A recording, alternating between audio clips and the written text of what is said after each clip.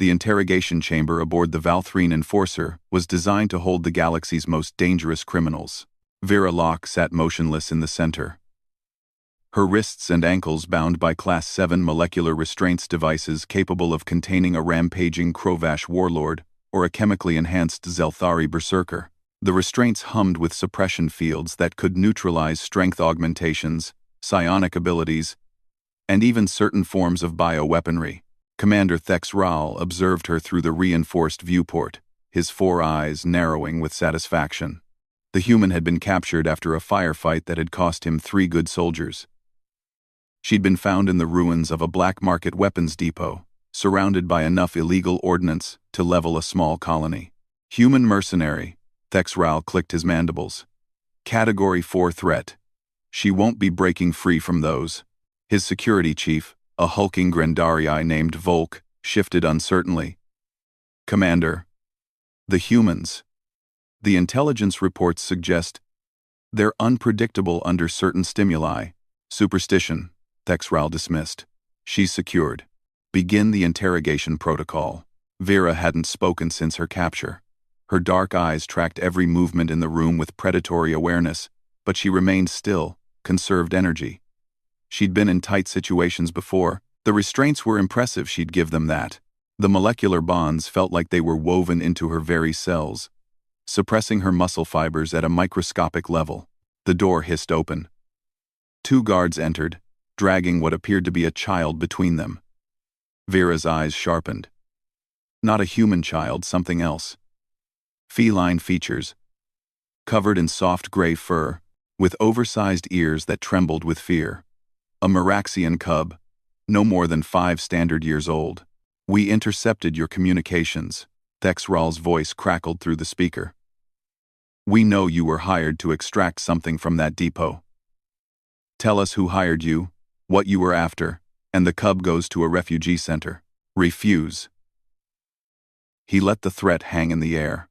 The cub, Corin, according to the marking on his tattered clothing, whimpered softly, his small body shaking.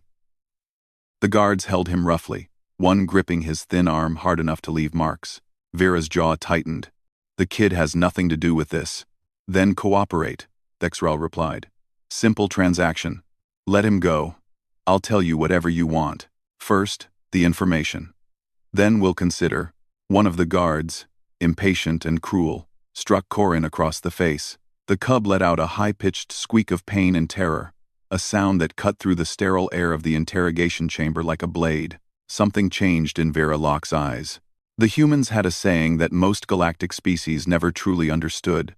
Don't mistake patience for weakness.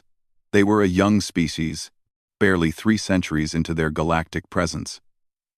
But they carried with them evolutionary baggage from a death world that had forged them in ways the galaxy's older, gentler civilizations couldn't comprehend.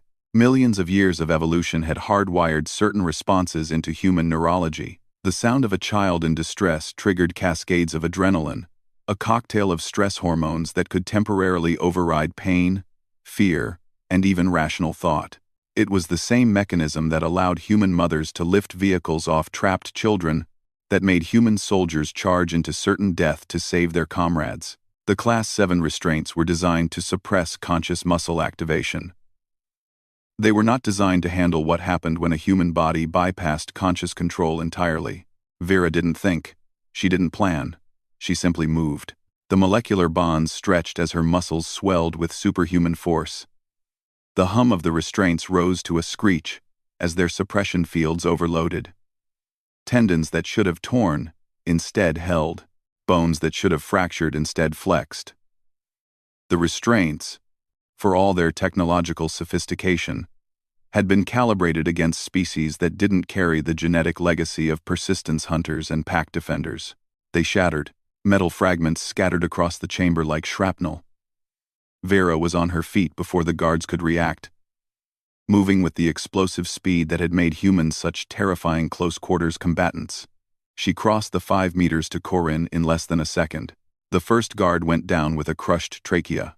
The second managed to raise his weapon before Vera's elbow shattered his jaw and sent him spinning into unconsciousness. She scooped Corin up with one arm, sheltering him against her body. Alert! Alert! Klaxons screamed throughout the ship. Containment breach in interrogation chamber. Thexral stared in disbelief at his monitors. Impossible. Those restraints. Get security down there now. Volk roared, already moving, but Vera wasn't trying to escape. She backed into a corner of the chamber. Corin held protectively against her chest, her other hand gripping a guard's fallen pistol. Her chest heaved with exertion, but her eyes were clear, focused, absolutely feral. "Here's what's going to happen," she said, her voice steady despite the adrenaline flooding her system. "You're going to get medical attention for this cub.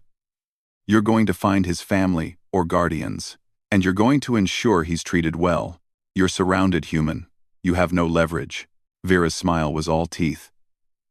"I just broke your unbreakable restraints because a kid cried. You really want to test what I'll do if you hurt him further?" There was a long silence. Thexral studied the human female cradling the Meraxian cub, saw the absolute conviction in her posture, and made a calculation. The intelligence reports about humans suddenly seemed less like superstition and more like grave warnings. "Stand down," he ordered his incoming security teams. "Medical to interrogation chamber. Prepare to receive a juvenile Meraxian." 3 hours later, Corin was reunited with his aunt, who'd been frantically searching for him since he'd been kidnapped by smugglers.